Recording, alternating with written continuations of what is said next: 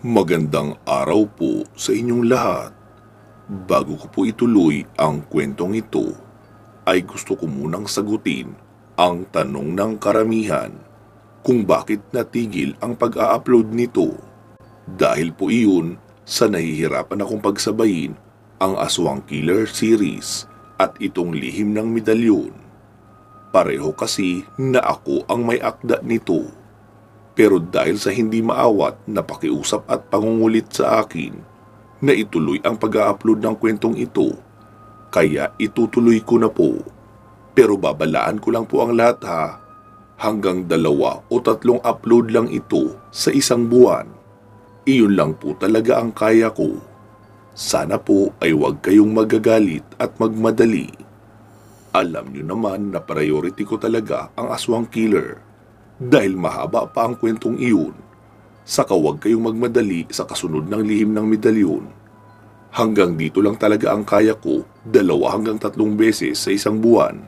Iyon lang po talaga. Pasensya na ha.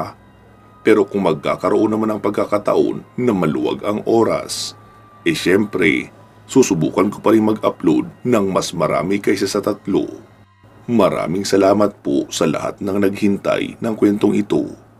Sa mga bago po, ilalagay ko na lang ang link ng playlist sa video description para hindi na kayo mahirapan maghanap ng mga upload nito mula sa part 1. Ang iba kasing part nito ay narito sa ating main channel na Katotohanan at Misteryo.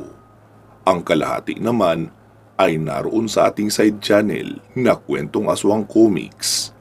Iyon lang po, ipagpatuloy na natin ang kwento. Matapos makaligo ni Magnus at makapagbihis, ay dinala siya ng dalagang si Erin sa may sala, kung saan nila hinaharap ang mga bisita. Ilang saglit pa ay naroon na rin si Tasyo kasama ang dalagang si Joan. "Maiwan ko muna kayo Magnus ha, magbibihis lang ako." Wika pa ng dalagang si Erin. Si Joan naman ay nagpaalam din na magbibihis. Tumango naman pareho sina Magnus at Tasyo. Habang ang dalawa lang ang naiwan sa sala, ay sinabi ni Tasyo, "Mags, safe bang tumikim dito ng kaunting kaligayahan?" Sumagot naman si Magnus, "Abay malay ko, kanina ko pa rin nga iniisip yun eh. Baka kasi katasan na lang tayo dito bigla ng dugo kapag ginawa natin yun." Muli namang nagsalita si Tasyo, "Bakit pa kasi patatabihan tayo ng ganun kagandang bebot? Kung bawal naman pala tikman, napakalupit naman nun." Nagulat naman ang dalawa nang may nagsalita sa kanilang likuran. "Abay oo naman, pwedeng tikman. At tama kayo, bakit pa ipapatabi kung bawal pala galawin? Hindi kami mahigpit sa ganyang bagay. Wala kaming batas na nagbabawal sa kahit sinong bangkilan ang makipagniig sa kahit sinong mortal, hanggat bukal iyon sa loob niyong pareho." Pasensya na po pinuno. Narinig niyo pala yun." Wika pa ni Magnus. Sumagot naman ang pinuno ng mga mabubuting bangkilan. "Ano ka ba Magnus? Martin na lang ang itawag mo sa akin. Kung ikaw nga na isang tagabantay, hindi mo pinapangalandakan iyon sa amin. Kaya wala rin akong karapatan na ipamukha sa iyo na ako ang pinuno dito. Narito kayo sa aking pamamahay, kaya ituturing ko kayo na panauhin. At uulitin ko ang sagot sa tanong nyo kanina. Pwede kayo makipagniig sa kahit sinong babae na magpakita ng interes sa inyo dito." "Salamat Martin." Wika naman ni Tasyo. Ilang saglit pa ay nakita nilang papaakyat na ng hagdanan ang 2 dalaga. "Amang pinuno, nakahanda na po ang hapag para sa kanila." Wika pa ni Erin. Di mabuti. O sige na, Magnus at Tasyo, sumama na kayo sa 2 napakagandang dalagang ito. At kumain na muna ng totoong pagkain ng mga tao bago nyo simulan ang kung anumang kainan ang tumatakbo dyan sa isipan nyo. May basbas ko ang inyong gagawin." Wika pa ni Martin at umalis na. "Tara na." Wika pa ni Joan. Sumunod naman pababa sina Magnus at Tasyo. Naroon kasi sa ground floor ang mahabang lamesa na kainan. Pagkaupo nila Tasyo at Magnus ay agad ipinarada ang litsyong baboy, kanin at iba't ibang mga prutas. Bumulong naman si Tasyo kay Magnus. Mags, totoong baboy kaya ito? Nakangiti naman na sumagot ang dalagang si Joan. Bakit?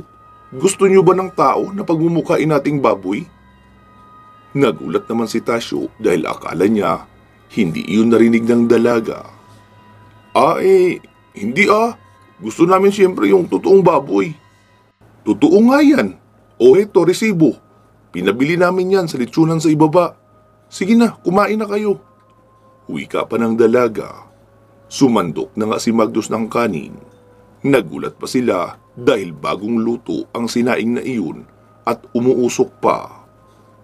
Kumakain din pala kayo ng kanin? Tanong pa ni Magnus. Sumagot naman si Erin. Hindi.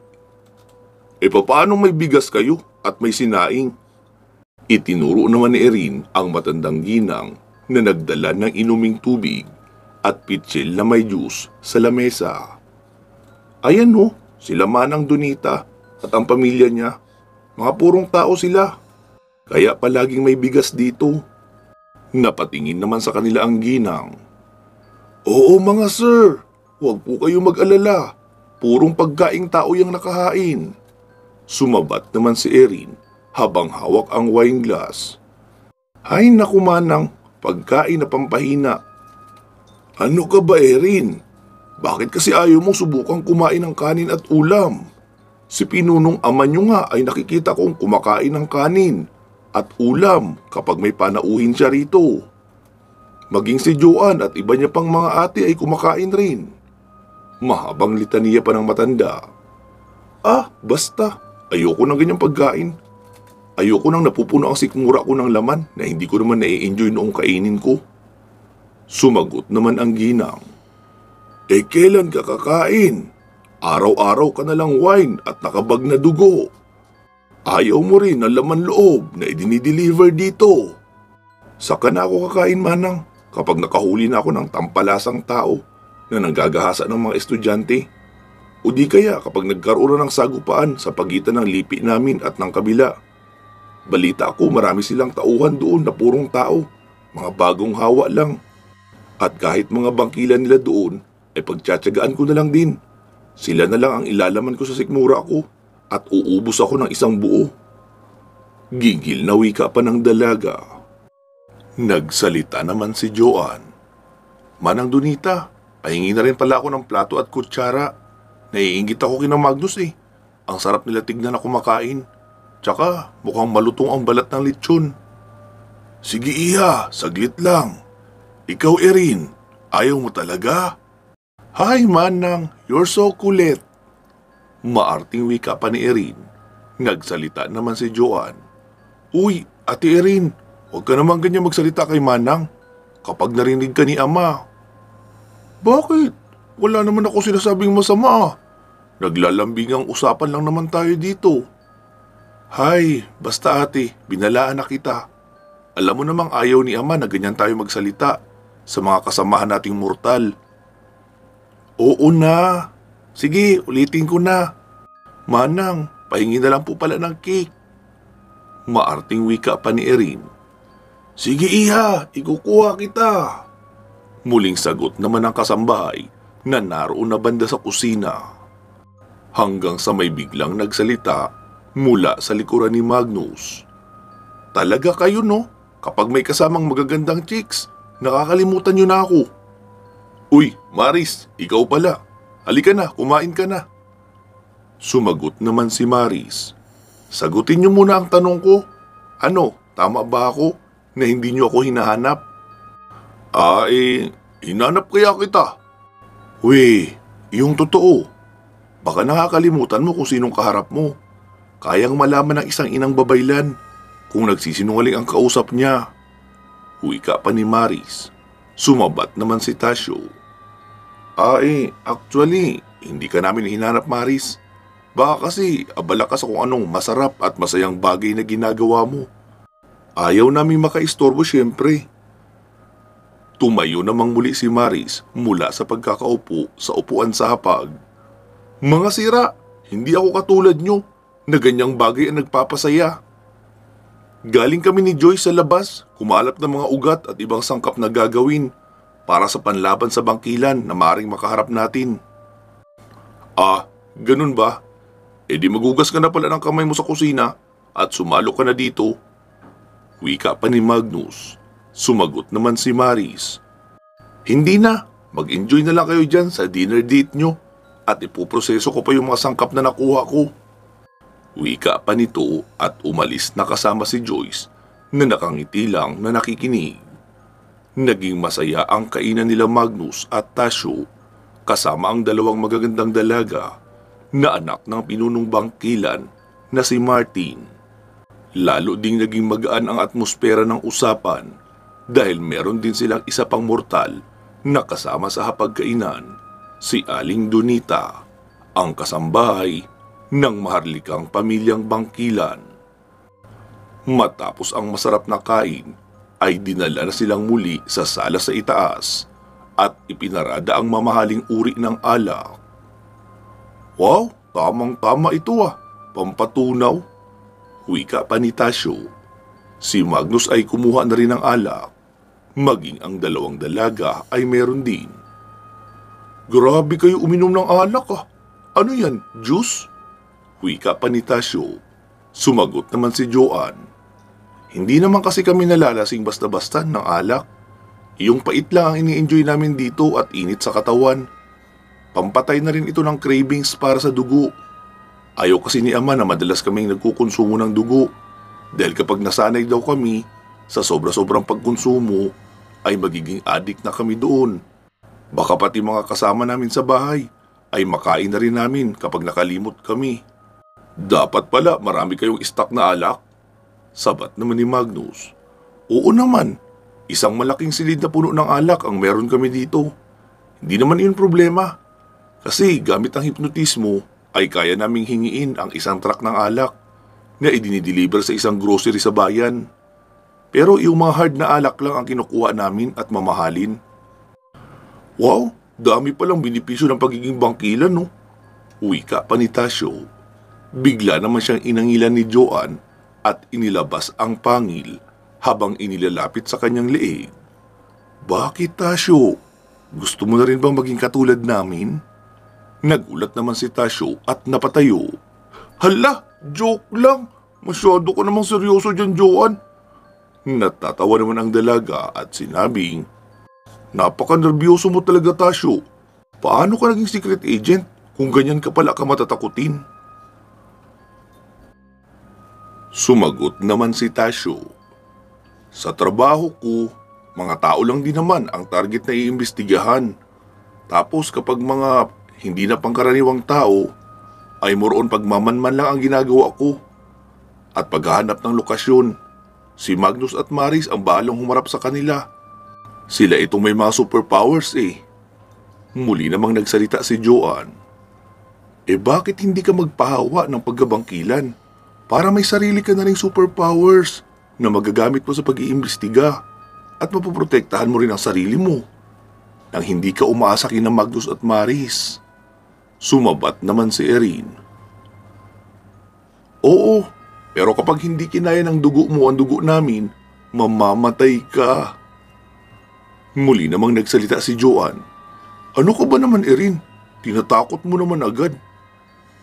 Hindi ko siya tinatakot. Sinasabi ko lang ang totoo. Ay, ewan ko sa'yo, Erin. Nandiyan naman si Inang Babaylan, di ba? 3 patak lang ng dugo ng isang Inang Babaylan na ipapainom kay Tasyo. Gagaling na siya kapag hindi niya kinaya ang dugo natin. Tapos mabubuhay na siya ulit at magiging ganap na bangkilan. Pataas na rin agad iyon na uri na bangkilan dahil magkakaroon siya ng dugo mula sa Inang Babaylan. Nagsalita naman si Tasyo. Ano ba kayo? Bakit ba yan ang pinag-uusapan natin? Wala akong balak magpahawa ng pagkabangkilan, no? Ayos lang ako na maging alalay nila Magnus. At kung sakaling haharap ako sa isang mabigat na kalaban, ay lalaban naman ako sa abot ng aking makakaya. At kung hindi man kayanin, ay masaya na rin akong mamamatay na lumalaban bilang tao. Nice! Ang tapang! Wika pa ni Joanne. Hindi ako nagmamatapang. Sinasabi ko lang ang totoo kong paninindigan. Muling nagsalita si Joanne. Talaga? Meron kang paninindigan? E di tara na pala sa silid. Tignan natin kung gaano katagal tatayo ang iyong paninindigan. Wika pa nito, sabay kuha ng isang bote ng Jack Daniel na alak at hinila na si Tasyo. Mags, mauna na ako Good night. Sumagot naman si Magnus. Good night ka dyan, as if naman na matutulog ka na. Tawang sagot pa ni Tasyo at nagmamadali ng sumunod kay Joanne papunta sa kanilang silid. Nagsalita naman si Erin. Tara na Magnus, marami din tayong gagawin. Pero bago yan, gusto kong sabihin sa'yo na ayoko nang maistorbo. Mas wild pa ako sa kahit sinong babaeng nakilala mo. Hindi ako katulad nila Joanne na mahinihin pagdating sa kama at ayoko nang nabibitin. Nagtaka naman si Magnus at napatanong. Teka, ano bang ibig mo sabihin? Tanong pa ni Magnus. Sumagot naman ang dalagang si Erin. Nararamdaman ko ang 4 mong gabay na nariyan sa iyong loob. Gusto ko tayo lang. Ha? Paanong tayo lang? Nakadikit na sila sa loob ng katawan ko. Laking gulat naman ni Magnus nang bigla siyang guhitan ng dalaga sa leeg gamit ang kuko nito. Agad tumulo ang kanyang dugo. Aray! Bakit mo ginawa yun? Wika pa ni Magnus. Sumagot naman ang dalaga. Gusto mo akong masolo, di ba? Kaya gusto rin kitang suluhin. Isinahod ng dalaga ang basong hawak sa maliit na guhit sa leeg ni Magnus. Huwag kang magalaw, hindi kita sasaktan sa ganitong paraan.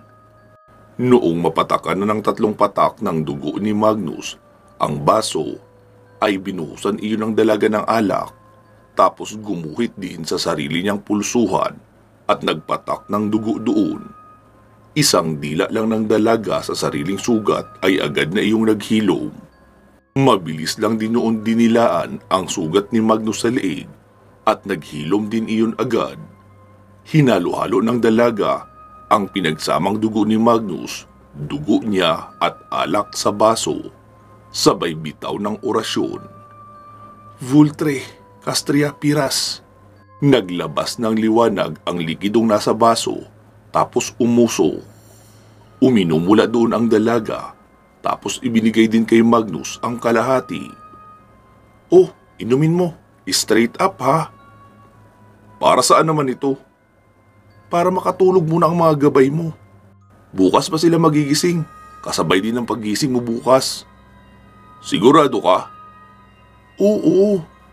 Noong iinumin na ni Magnus ang likido, ay sabay-sabay na nagsisigaw ang 4 na gabay mula sa kanyang loob. Huwag mong iinumin yan, Magnus!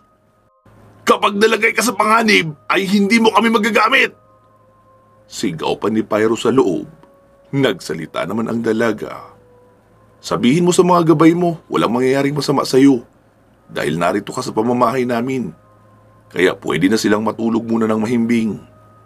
Hindi na nagsalita pa si Magnus at diretso na ngang ininom ang likidong nasa baso.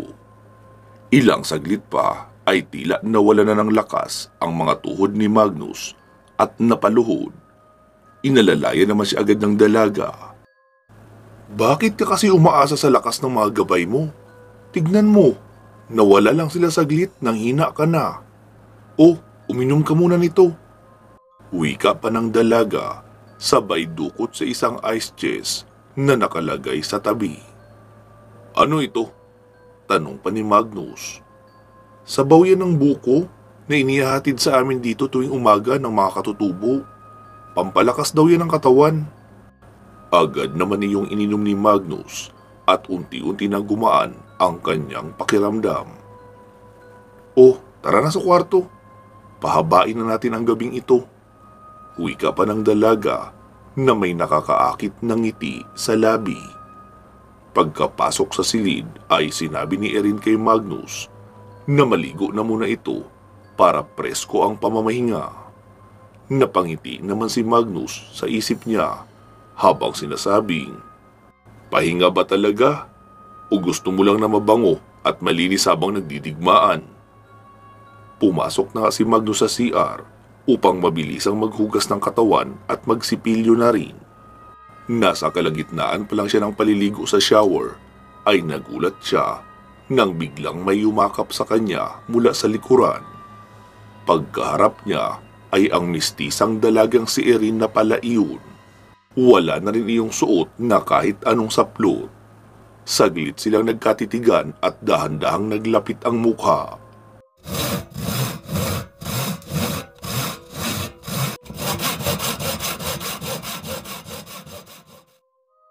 Matapos makapagdigmaan ng mahigit 1 oras sa CR, ay nagdesisyon sila na magpatuyo na ng katawan at doon na ipagpatuloy sa kwarto ang digmaan. Halos sa buong magdamag na iyon ay nagpakapagod lang si Magnus kasama ang magandang dalagang si Erin. Maging si Tasyo ay ganun rin ang dinaranas. Isang karanasan na pinagsama ang sarap at kaba. Pareho kasing nasa isip ni Tasyo at Magnus na maaaring dahil sa sobrang tindi ng sensasyon sa kanilang ginagawa ay mawala sa katinuan ang dalagang kanilang kapareha at lapain na lang sila bigla. Si Magnus naman ay may pag-aalala rin dahil wala ang mga gabay niya para protektahan siya kung mangyari man iyong kanyang kinakatakutan. Oo nga, kabilang sa lahi ng mabubuting bangkilan ang babaeng iyon. Pero gaya ng sabi ni Maris, may nakita na ba silang unggoy na hindi kumakain ng saging? Kaya sa bawat sandali na nalulunod si Magnus sa init ng sagupaan nila ni Erin, pilit niyang iminumulat ang mga mata upang hindi siya tuluyang mawala ng kontrol sa sitwasyon. Samantala, sa kabilang banda naman, ay abala si Maris at Joyce sa kanilang ginagawang orasyon gamit ang mga sangkap na kanilang nakalap upang makagawa ng armas na maipanlalaban sa mga masasamang bangkilan kung sakaling magkaroon talaga ng labanan. Hindi lang kasi lipi ng mga mabubuting bangkilan ang kanilang kailangan protektahan, kundi pati ang mga pangkaraniwang tao na namumuhay kasama nila sa pamayanang iyon. Kapag natuloy nga ang labanan ay handa ang lipi ng mabubuting bangkilan na ibuwis ang kanilang buhay. Maprotektahan lang ang mga katutubong mortal na naninirahan din sa kanilang nasasakupan. Sa bahagi naman nila Gaspar, Miranda at Tristan, masayang nagpapakasasa sa pagkonsumo ng dugo ang mga ito mula sa dalang barkada ng mga anak ni Gilberto.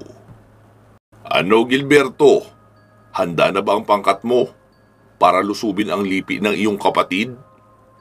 Wika pa ni Gaspar kay Gilberto na pinuno naman ng mga bangkilan sa bayan. "Hindi pa, Gaspar. Kaunting oras pa ang kailangan ko.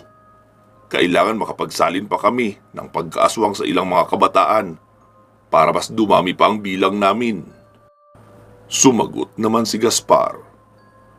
"Ngayon ko lang na-realize na napakawalang kwenta ng lipi mo. Iilan lang sa tauhan mo ang marunong makipaglaban. Puro pag-inom, kasiyahan at pambababae lang ang alam ng mga tauhan mo. Mukhang ilalampaso lang kayo sa laban ng hukbo ni Martin. Gaya ng sinabi mo, sa bundok sila nakatira. Hindi sila nakikipag-party sa bayan. Hindi sila nambibiktima ng mga tao. Nabubuhay lang sila sa supply nilang dugo. Ibig sabihin, nakatuon lang sila sa pagpaparami at pagpapatibay ng kanilang puwersa. At iyon ang mga bagay na hindi ko nakikita sa pangkat mo. Puro lang kayo mga porma dito." Tila na insulto naman si Gilberto sa mga sinabi ni Gaspar. "Mali ka dyan, Gaspar. Mayabang ka lang at masyado mo kaming minamaliit." Sumagot naman si Gaspar. "Gusto mong subukan, Gilberto?" Wika pa ni Gaspar, sabay tayo, hawak ang basong may lamang brandy. Tinanguan ni Gilberto ang 4 niyang bantay sa silid na may malalaking katawan. Mga purong bangkilan din ang mga iyon. Agad din namang kumilos ang 4 upang sumugod kay Gaspar. Pero nakakadalawang hakbang pa lang ang apat ay agad nang napahinto. "Hoy! Magsikilos kayo!" Wika pa ni Gilberto. Si Gaspar naman ay hawak ng muli ang baso na iniikot-ikot sa loob ang laman. Ilang saglit pa ay bigla na lang gumulong ang ulo ng apat niyang tauhan, saka napalugmok sa sahig na marmol. Gulat naman si Gilberto dahil halos hindi niya man lang nakita na umalis si Gaspar sa kinakatayuan nito. "Papaanong?" Wika pa ni Gaspar na hindi na naituloy. "Yan ang sinasabi ko sa iyo, Gilberto. Puro alak at pagkain kasi ang laman ng katawan ng mga tauhan mo, kaya mabagal kumilos." Nakangiti naman si Tristan na nakikinig lang sa usapan ng kanyang amo at ng may-ari ng pamamahay. Muling nagsalita si Gaspar. "Alam mo ba, Gilberto, lahat ng tauhan mo dito ay kayang tapusin mag-isa nitong si Miranda. Kaya kung ako sa iyo, tipunin mo ang lahat ng iyong tauhan at papaturuan nating lumaban dito kay Tristan at Miranda. Kasi kung ganito lang kayo kabagal, ay nagsasayang lang ako ng oras sa pagpunta ko rito." Galit naman na nagsalita si Gilberto. "Walang hiya ka, Gaspar. Iilan na lang ang tauhan ko na magagaling sa pakikipaglaban. Binawasan mo pa ng 4. Tsaka kung kaya naman palang tapusin ni Tristan at Miranda ang lahat ng tauhan ko sa isang iglap, bakit hindi kayo ang lumaban kina Martin? Hindi nyo naman kami kailangan." Sumagot naman si Gaspar. "Diyan ka mali, Gilberto. Hindi pwedeng mabura sa mundo ang lahi ng mabubuting bangkilan sa kamay mismo ng Death Council. Mawawala ang tiwala ng ibang lahi sa amin. Kaya kailangan kayo mismo ang tumapos sa mga kalahi nyo para maging lehitimo ang ating panalo. Huwag kang mag-alala, tutulong kami sa pakikipaglaban. Kailangan lang na ang hukbo mo ang makikita ng karamihan at hindi kami. Kaya huwag mo nang isipin yon, sigurado din ang panalo mo. Basta mag-ensayo lang din kayo." "Ano, maliwanag ba, Gilberto?" tanong pa ni Gaspar. "Oo, sige. Bukas na bukas ay magsisimula ang pagsasanay ng aking mga tauhan. Hindi ko na sila matatawag ngayon, lahat sila ay nasa labas na." "Tara na, Miranda, kailangan ko na ng iyong kalinga." Wika pa ni Gaspar at naglakad na sila papunta sa isang malaking silid sa mansyon din mismo ni Gilberto. Tila nagpupuyos naman sa galit si Gilberto habang nakatanaw sa labas ng mansyon at may hawak na alak sa kamay nito. Pakiramdam niya ay nagmukha siyang walang kwenta sa harapan ng isang Death Council. Napagtanto niya rin na wala ngang tibay ang kanyang pangkat kung pagdating sa totoong labanan ang usapan. Karamihan ng mga hinawaan nila ng pagkabangkilan ay mga kabataan na kaya lang nagpahawa dahil gustong magpakasarap sa buhay at ma-enjoy ang lahat ng klase ng bisyo. Hindi kagaya ng sa pangkat ng kanyang kapatid. Nabalitaan niya rin naman na ilang tribo na ng mga katutubo ang napagbuklod ni Martin. Lahat din iyon ay natulungan ang pamumuhay at napaunlad. Maging sa pakikipaglaban kontra sa masasamang bangkilan ay naturuan na rin. Kaya kung kukwentahin, wala pa sa kalahati ang pangkat niya kumpara sa pangkat ni Martin na may mga kasamang mortal na mga katutubo. Lahat din ng mga mortal na nagpahawa ng paggabangkilan sa pangkat ni Martin ay hindi mga kabataan. Lahat ay mga pinagkakatiwalaang pinuno at tagapagtanggol ng pamayanan.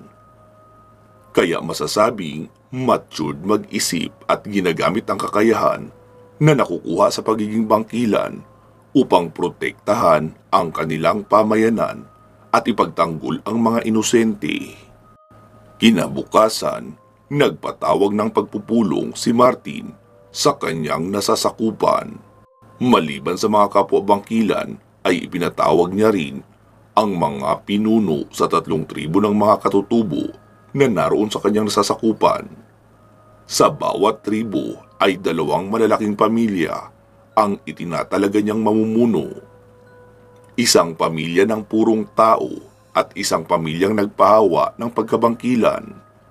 Iyon ang paraan para matibay ang kanilang proteksyon laban sa mga masasamang bangkilan at maging pantay ang pagdidesisyon sa mga usapin para sa ikabubuti ng kanilang tribo. Ipinaalam niya sa 3 tribo ang napipintong pagsalakay sa kanila ng pangkat ng mga masasamang bangkilan. Pinaghanda ang lahat ng kanilang mga sandata at bitag na ipapakalat kapag nadeklara talaga na totoo ang panganib na paparating. Inilatag na rin nila ang plano kung saan dadalhin ang mga bata at mga matatanda na hindi na kayang lumaban para hindi na ang mga ito madamay. Ang 3 tribo ng mga mortal na pumuprotekta sa mga mabubuting bangkilan ay nakatira sa paligid lang din ng pamayanan nila Martin. Pero kapag dumating ang labanan, unang sasabak sa laban ang hukbo na purong mga bangkilan. Lahat sila ay kasama sa laban, mapababae, lalaki, bata o matanda. Lahat sila ay may kakayahang lumaban, maliban na lang sa mga half-breed, iyong kalahating bangkilan at kalahating tao. Kaya kasama silang ililikas sa panahon ng labanan. Matapos ang mahigit 1 oras na pagpupulong, ay sinabi ni Martin na maging alerto ang lahat. Aalis kasi siya at pupuntahan ang kanyang kapatid na si Gilberto. Kukumpirmahin niya kung totoo ang balitang pagsalakay nito sa kanyang pamayanan. Umalis na nga ng pamayanan si Martin kasama si Ricky na isa ring bangkilan na kanang kamay nito, at sina Aaron at Francis na namumuno naman sa 2 hukbo ng mga bangkilan. Maliban sa kanilang pamayanan ay may bahay pa sila sa ibaba kung saan nakaparada ang kanilang pagmamay-ari ng mga mamahaling sasakyan. Dumaan muna sila doon upang kunin ang isang magarang sasakyan. Kahit naman mga bangkilan sila, ay hindi naman sila pwedeng basta-basta na lang magtatakbo ng mabilis sa kabayanan, lalo na kapag umaga. Narating na nila Martin ang harapan ng mansyon ni Gilberto. Lumabas ito ng sasakyan at tumayo sa tapat ng gate. Lumabas din si Ricky para siya ang pumindot ng doorbell. May isang lalaki naman ang sumilip mula sa maliit na bintana sa gilid ng gate. "Sino kayo? Anong kailangan nyo?" Nagsalita naman si Martin. "Ako si Martin, nakababatang kapatid ni Gilberto. Nais ko siyang makausap." Agad namang isinarado ng bantay ang maliit na bintanang silipan. Tapos may niradyuhan sa loob. Ilang saglit pa ay lumabas na si Gilberto. Naroon lang ito sa terrace sa 2nd palapag. "Oh, Martin! Aking pinakamamahal na kapatid! Maraming salamat sa hindi ko inaasahang pagdalaw. Anong maipaglilingkod ko sa iyo?" Sumagot naman si Martin. "Hindi mo man lang ba ako papapasukin, kuya?" Sumagot naman si Gilberto. "Pasensya ka na, busy ako ngayon. Wala akong oras na tumanggap ng bisita. Tsaka kasalanan mo rin, hindi ka nagpasabi ng maaga na pupunta ka pala." Sumagot naman si Martin. "Sige, ganito na lang. Naparito ako upang itanong kung totoo ang balak mong pagsalakay sa pamayanan ko." Sumagot naman si Gilberto.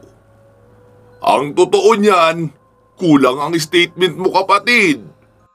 Ang balak ko ay lipulin lahat ng miyembro ng iyong pangkat, kasama na ang mga mortal na mga tribo na nasa ilalim ng iyong pamumuno. May kasunduan ako sa Death Council na susuportahan nila ako, at ako ang itatalagang pinuno ng buong norte kapag nalinis ko na ang mga kalat, at ang pamayanan mo ay ang kalat na iyon. Pero dahil sa kapatid kita, ay hindi iyon magiging magaan sa loob ko. Kaya bibigyan kita ng offer. Isuko mo sa akin lahat ng iyong nasasakupan. Ang papatayin ko lang ay ang lahat ng kasama mong namumuno sa iyong pamayanan, pati na ang pinuno ng mga tribo. Lahat ng matitira ay mabubuhay sa ilalim ng pamumuno ko. Kasama ka na magpapasakop sa akin at ikaw ang gagawin kong kanang kamay. Tandaan mo, mas malulupit ang mga nasa pangkat ko.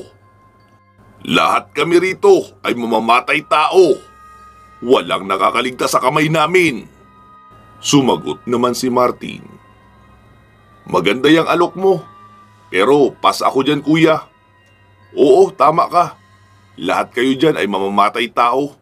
Dyan lang naman kayo magaling. Ang pangkat ko ay ilang dekada nang nagsasanay na pumatay ng mga bangkilan. Kaya malugod namin kayong sasalubungin sa inyong pagsalakay. Para naman maipakita nyo rin kung gaano kayo kagaling pumatay ng tao. Kaso malas nyo lang dahil mga mamamatay bangkilan ang makikita nyo roon, hindi mga pangkaraniwang tao. Galit naman na sumagot si Gilberto. Tandaan mo Martin, nasa panig ko ang Death Council. Hindi ka mananalo sa kanila. Ngumiti lang si Martin at sinabing, sige, tignan na lang natin. Isang linggo mula ngayon ay kabilugan ng buwan. Iyon ang perpektong pagkakataon para sumalakay kayo dahil mabibigyan kayo ng lakas ng buwan. Kami kasi, hindi namin kailangan iyon. Lalo at hindi kami umaasa sa pagiging bangkilan lamang namin. Sige kuya, hintayin ko na lang ang pagdating nyo sa pamayanan ko. Naway may sapat kayong puwersa para tapusin kaming lahat. Dahil kapag kayo ay nabigo, sayang naman ang maganda mong mansyon. Mapapa sa akin ito. Dito ko papatirahin ang mga tribong mortal na may anak na mag-aaral sa kolehiyo. Tamang-tama ang lokasyon ng bahay mo dahil malapit sa paaralan at malapit sa bayan. Galit at nanilisik naman ang mga mata ni Gilberto na nakatitig sa kapatid. Kalmado lang si Martin na nakatingin naman sa kanyang kuya, tapos muli nang sumakay sa sasakyan. Pagkapasok naman ni Gilberto sa loob ng mansyon, ay nagsisigaw ito at sinasabi sa mga tauhan na ipatawag lahat ng kanilang tauhan at simulan na agad ang pagsasanay sa laban. Nataranta naman ang mga tauhan na tawagan ang bawat namumuno sa kanilang maliliit na pangkat na nagkalat sa bayan. Noong makabalik sa pamayanan sa bundok si Martin, ay ipinarating niya sa kanyang nasasakupan na totoo ang balitang hatid ng tagabantay tungkol sa napipintong pagsalakay ng pangkat ng masasamang bangkilan sa pamayanan nila. Pinaghahanda niya pa ito ng mabuti dahil alam niyang hindi maglalakas loob ang kanyang kapatid na sumugod kung wala itong inaasahan na malakas na tulong mula sa Death Council. Sa ilang dekadang lumipas, 3 beses nang sumalakay sa pamayanan nila ang pangkat ni Gilberto. Kaya nga sa kasalukuyan ay puro na lang mga kabataang bangkilan ang mga tauhan nito dahil lahat ng matatandang bangkilan na nagmula sa orihinal nilang pamayanan ay nalipol na sa tuwing susugod sila at matatalo. Ano ba kasi ang ilalaban nila? Gayong sa bayan sila namamalagi at hindi nasanay sa kabundukan. Hawak ni Martin ang kabundukan, kabisado nila ang bawat bahagi at nagkalat din ang mga patibong. Sa bahagi naman nila Magnus, nagising si Magnus noong maramdaman niyang may gumuguhit-guhit na daliri sa kanyang dibdib. Noong imulat niya ang kanyang mata, ay si Erin pa rin iyon. Hi! Good morning, big boy. Mali ako na minaliit kita. Akala ko hindi ka tatagal. Pero mukhang matibay-tibay rin pala ang tuhod mo at marami ka pang maipuputok. Akala ko nga hindi na tayo matatapos sa ginagawa natin. Wala kang kasawaan eh. Hindi ka ba pinagbibigyan ng inang babaylan? Masyado kang sabik eh. Sumagot naman si Magnus. Anong pagbibigyan? Nakita mong inang babaylan yun. Hindi pwede sa kanya yun. Maapektuhan ang kanyang kapangyarihan at posisyon. Natatawa naman na sumagot si Erin. Kaya pala hanggang titigan na lang kayo palagi. Halata rin ang pagsiselos niya. noong makitang magkasama tayo. Pero mukhang wala siyang magagawa. Sabi naman ni Magnus, parang gano'n na nga. Kaya off-limit si Inang Babaylan. Pero ikaw mukhang no limit. Wika pa nito, sabay siniil na ng halik ang mistisang dalaga at sinimulang muli ang digmaan sa higaan. Saglit naman na umatras ang muka ng dalaga at sinabing, "Uy, Magnus, huwag kang ubos-ubos biyaya. Magtira ka ng lakas." Ang sabi pa naman ni Ama, galing na siya sa bayan. Nakumpirma niya na ang pagsalakay nila Gilberto. Maaari na silang sumalakay mula mamayang gabi hanggang sa pagdating ng bilog na buwan sa isang linggo. Kaya pinaghahanda na ang lahat. Ikaw naman ay pinag-iinsayo. Huwag raw puro espadahan sa kwarto ang gawin natin. Kaya mamayang hapon, mag-iinsayo tayo sa labas. Tignan natin kung anong maibubuga ng isang tagabantay laban sa bangkilan. Pagkasabi lang noon ng dalaga, ay biglang lumiyab ang buong katawan ni Magnus. Umapoy pati ang kumot, kaya mabilis iyong umatras at lumayo. Nagsalita naman sa galit na boses si Pyro. "Aabuhin ko ang babaeng yan! Sinong nagbigay sa kanya ng pahintulot na patulugin ako?" Dali-dali namang pinatay ni Magnus ang apoy sa higaan gamit ang tuwalya na binasa niya ng tubig. "Hoy, Pyro! Magurustili ka nga! Wala namang nangyari masama sa akin. Ako ang nagbigay ng pahintulot sa kanya dahil may tiwala ako sa pangkat nila. Matagal na silang pumuprotekta ng mga inosente at hindi pumapatay ng mga taong walang kasalanan. Agwada, Animus, kaunting tulong naman dyan." Wika pa ni Magnus.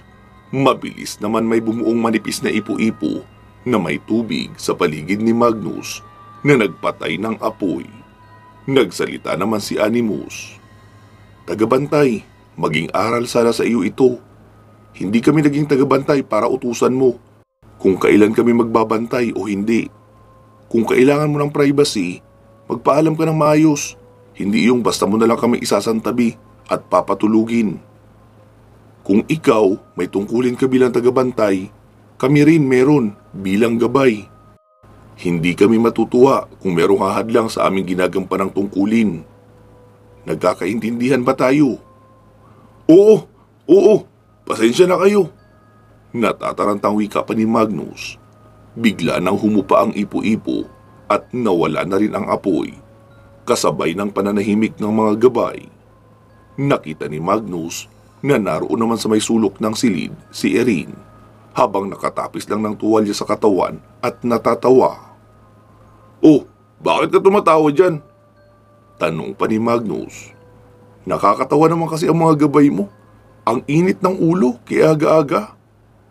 Kakamot-kamot naman ang ulo si Magnus at kinuha ang pinaghubarang damit sabay sabing, "Oo, medyo masungit talaga sila at may anger issue.